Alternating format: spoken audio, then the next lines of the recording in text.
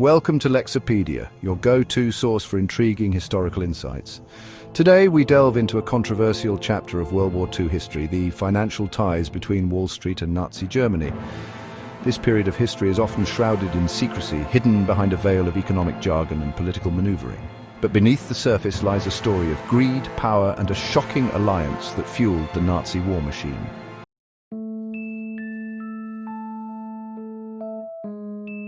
How could American corporations, operating in the heart of democracy, forge alliances with a regime as brutal and oppressive as the Nazis? This question lies at the heart of our exploration. Were these companies driven purely by profit, turning a blind eye to the atrocities committed by their business partners? Or was there a deeper, more sinister motive at play?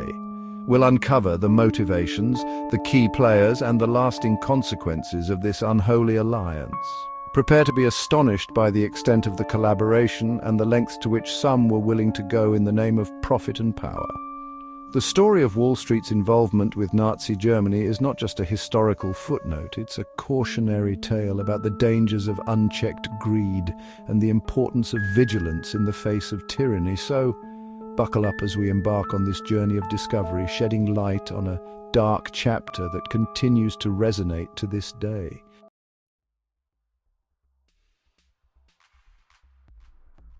The seeds of collaboration between Wall Street and Nazi Germany were sown in the years following World War I. Wall Street poured millions into Germany's industries, driven by profit.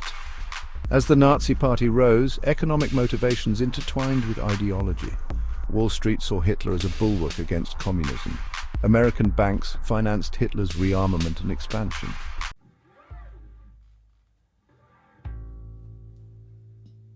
The relationship between Wall Street and Nazi Germany extended beyond mere financial transactions.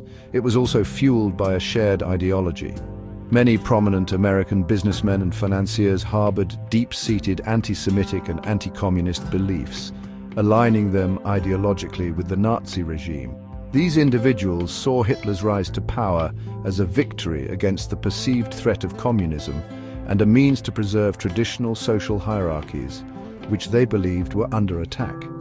They admired the Nazi regime's emphasis on nationalism, authoritarianism, and racial purity, seeing these principles as a way to restore order and stability to a world grappling with economic depression and social unrest. This ideological kinship fostered a sense of camaraderie and shared purpose between Wall Street and the Nazi regime. American businessmen traveled to Germany, met with high-ranking Nazi officials, and attended Nazi Party rallies, expressing their admiration for Hitler and his vision for Germany. These visits were not simply social calls, they were opportunities to forge deeper connections, explore new business ventures, and solidify the financial ties that were becoming increasingly vital to the Nazi regime. As the 1930s progressed, the line between financial and ideological motivations blurred, creating a web of complicity that would have far-reaching consequences.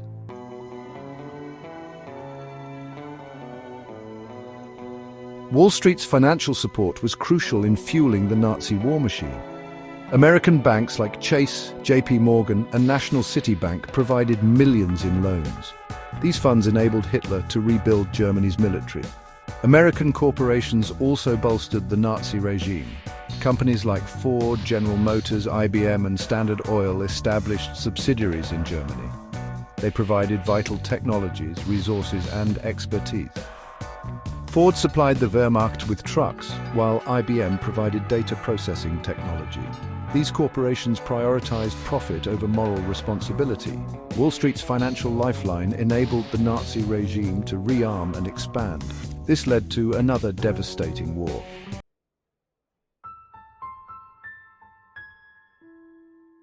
The House of Morgan, led by J.P. Morgan Jr., played a pivotal role in financing Germany's post-World War I recovery. They saw Germany's economic potential, overlooking the Nazi threat. Their support inadvertently aided Hitler's rise to power. The legacy of the House of Morgan remains tainted by its association with Nazi Germany.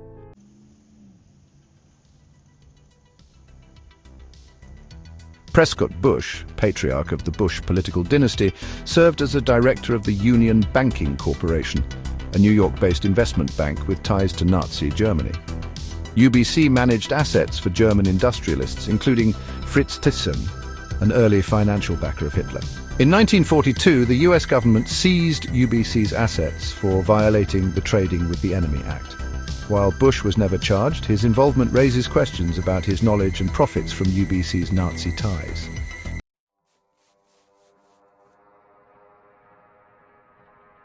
Another powerful figure entangled in the web of Wall Street's Nazi connections was Averell Harriman, a prominent businessman and future US diplomat. Harriman's firm, Brown Brothers Harriman, maintained extensive financial ties with Germany throughout the 1930s, financing German companies that were instrumental in the Nazi war effort. One of Brown Brothers Harriman's most significant clients was the German conglomerate IG Farben, a chemical giant that produced synthetic oil and rubber, crucial resources for the Nazi war machine. IG Farben was also deeply complicit in the Holocaust, manufacturing the Zyklon B gas used in Nazi extermination camps. Despite the increasingly alarming nature of the Nazi regime, Harriman continued to do business with Germany, prioritizing profit over moral considerations. His defenders argue that he was a pragmatic businessman operating within the bounds of the law, but critics contend that his actions helped to sustain a regime that was actively engaged in genocide. The Harriman case underscores the complexities of judging historical figures through a contemporary lens. While Harriman later became a respected statesman and advocate for human rights, his early business dealings serve as a reminder of the moral compromises that were often made in the pursuit of profit and power during this tumultuous period. The Harriman case underscores the complexities of judging historical figures through a contemporary lens.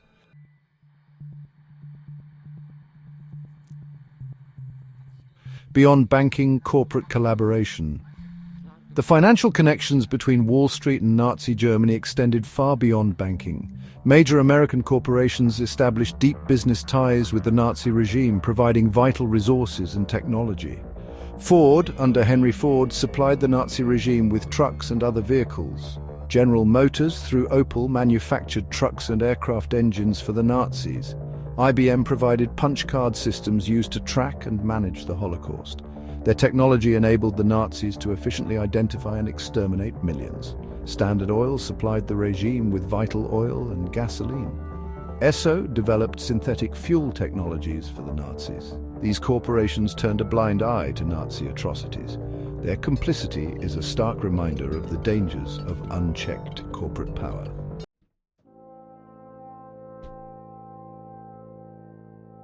The Czech gold transfer, a nation's wealth looted. One of the most egregious examples of Wall Street's complicity with the Nazi regime involved the transfer of Czechoslovakian gold reserves in 1939. After the Nazi annexation of Czechoslovakia, Germany sought to seize control of the Czech National Bank's gold reserves held in a vault in London. The Bank of England, however, refused to release the gold without proper authorization from the Czechoslovakian government. Enter the House of Morgan. Exploiting a legal loophole and acting on behalf of the German Reichsbank, Morgan facilitated the transfer of $100 million worth of gold, which is over $2 billion today, to German-controlled accounts. This transaction effectively allowed the Nazi regime to loot the wealth of a conquered nation, providing it with a much-needed infusion of capital to finance its burgeoning war machine. The Czech gold transfer remains a stark reminder of how easily financial institutions can be manipulated to serve the interests of oppressive regimes, even when such actions violate international norms and basic principles of morality.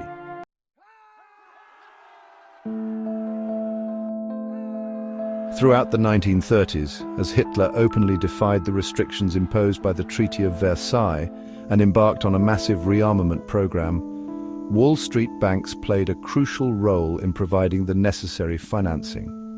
American banks, eager to capitalize on Germany's economic resurgence, extended millions of dollars in loans to the Nazi regime, effectively bankrolling Hitler's military buildup.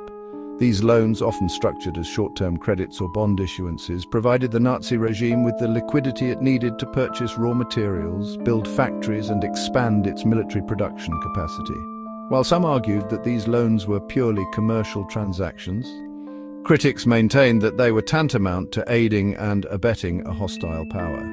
The willingness of Wall Street banks to finance the Nazi regime, even as its aggressive intentions became increasingly clear, highlights the dangers of prioritizing short-term profits over long-term security and moral considerations. These loans, driven by a combination of greed and a misguided belief that the Nazi regime could be controlled, ultimately contributed to the outbreak of World War II.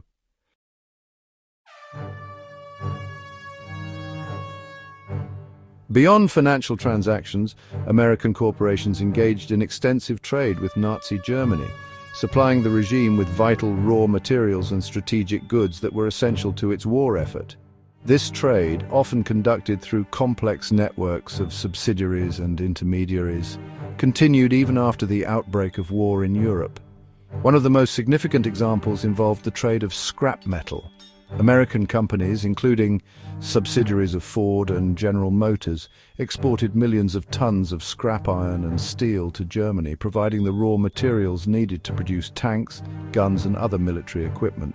Other strategic materials, such as oil, rubber, and industrial chemicals, also flowed from the United States to Germany, often through neutral countries like Switzerland and Spain.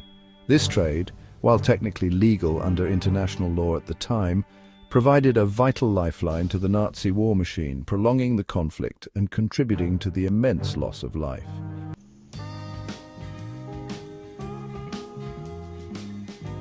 The relationship between IG Farben, the German chemical giant, and American corporations represents a particularly dark chapter in the story of Wall Street's Nazi connections.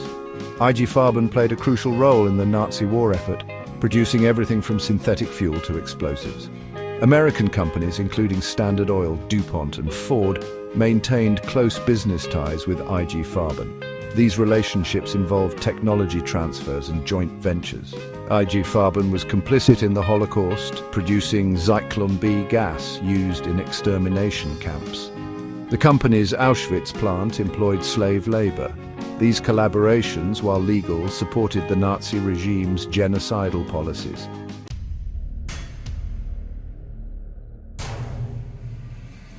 Aiding the enemy, the material impact. Wall Street and American corporations provided crucial support to the Nazi war effort, impacting World War II's duration and severity. Loans, investments, and trade deals gave the Nazis resources to rebuild their military and wage war. This support enabled Germany's rapid rearmament and military expansion. American capital and technology helped Hitler build a formidable military, violating the Treaty of Versailles. The Wehrmacht's modernization enabled blitzkrieg tactics, overwhelming adversaries.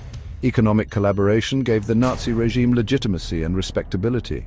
American corporations normalized the Nazi regime, complicating international opposition. Economic appeasement emboldened Hitler, contributing to the war's outbreak. The material support's consequences were felt on Europe's battlefields. The prolonged conflict, fueled by American resources, resulted in massive destruction and trauma.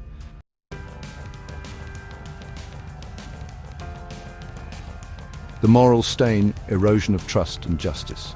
The collaboration between Wall Street and Nazi Germany left a deep moral stain on America's conscience. These financial ties eroded public trust and raised troubling questions about American foreign policy. The American public struggled to reconcile the image of American corporations profiting from a regime responsible for genocide. This sparked outrage and a sense of betrayal. The lack of accountability compounded this betrayal. Few faced investigation, and no criminal prosecutions occurred. Cold War politics overshadowed the pursuit of justice. This moral compromise continues to resonate today. It fuels skepticism towards corporate power and concerns about history repeating itself. A stark reminder of the importance of transparency, accountability, and ethics in business and government.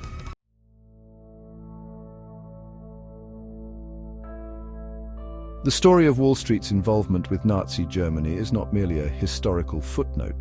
It holds enduring relevance, serving as a cautionary tale about the dangers of unchecked greed, the seductive allure of profit over principle, and the importance of vigilance in the face of tyranny. The echoes of this historical episode can be seen in contemporary debates about corporate responsibility, economic sanctions, and the role of businesses in upholding human rights. The lessons learned from this dark chapter in American history remind us that economic engagement should not come at the expense of moral principles, and that the pursuit of profit should never eclipse the imperative to confront injustice and oppression. The tendency to prioritize short-term economic gain over long-term consequences, a pattern evident in the actions of Wall Street and American corporations during the Nazi era, remains a persistent challenge. The allure of lucrative markets, even in countries with questionable human rights records or authoritarian regimes, can tempt businesses to overlook ethical considerations, often with disastrous results. The story of Wall Street's Nazi collaboration serves as a stark reminder that history has a way of repeating itself if we fail to learn from its mistakes. It underscores the need for constant vigilance, ethical leadership, and a commitment to holding individuals and institutions accountable for their actions, no matter how powerful or influential they may be.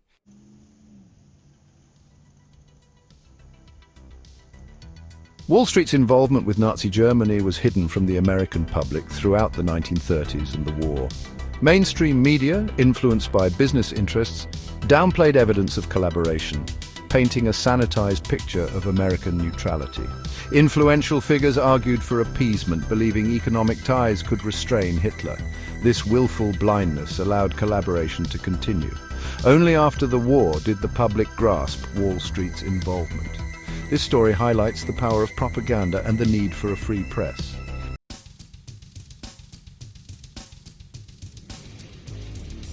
While some individuals and institutions actively collaborated with Nazi Germany for ideological or financial gain, many others remained indifferent, choosing to ignore the moral implications of their actions or believing that their involvement was insignificant in the grand scheme of things. This apathy, this willingness to look the other way while others profited from a brutal regime, played a significant role in enabling the Nazi war machine. The belief that one's actions were inconsequential, that speaking out would make no difference, allowed the machinery of collaboration to function smoothly. Every loan approved, every shipment of raw materials, every business deal struck with Nazi Germany, no matter how seemingly insignificant, contributed to the regime's ability to wage war and carry out its genocidal policies. The cumulative impact of this widespread indifference proved to be devastating. The story of Wall Street's involvement with Nazi Germany reminds us that neutrality in the face of evil is not a virtue, it is a form of complicity. It highlights the dangers of apathy and the importance of individual responsibility in challenging injustice and holding those in power accountable for their actions. Silence in the face of oppression is not golden, it is the sound of complicity.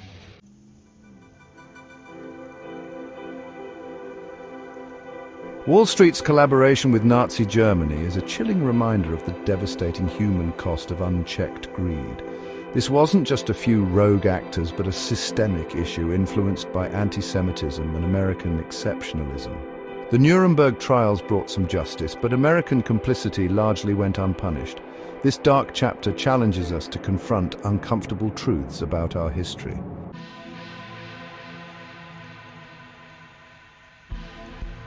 The legacy of Wall Street's Nazi collaboration extends far beyond history books. It compels us to examine corporate roles, ethical responsibilities, and vigilance in safeguarding democratic values. The price of freedom is eternal vigilance against greed and indifference. This history echoes in debates about corporate accountability and ethical investing. Economic engagement should not come at the expense of human rights. This story is a cautionary tale about unchecked greed and ethical leadership.